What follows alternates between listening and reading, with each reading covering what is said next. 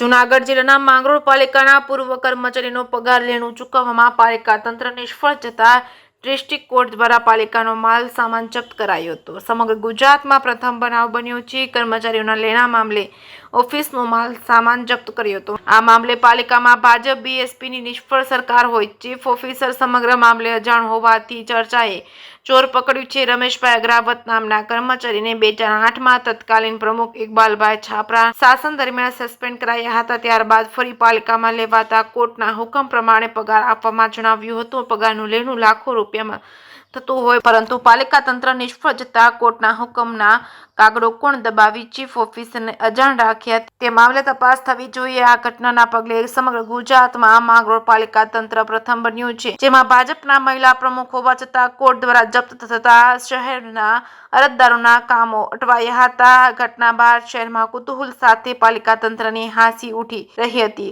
જેકે ગુજરાતી સાથે વિનુ મેસવાણીયા, માંગરોળ નગરપાલિકા ખાતે અત્યારે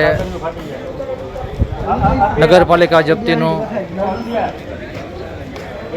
આદેશ આપવામાં આવતા નગરપાલિકાના માલ સામાનની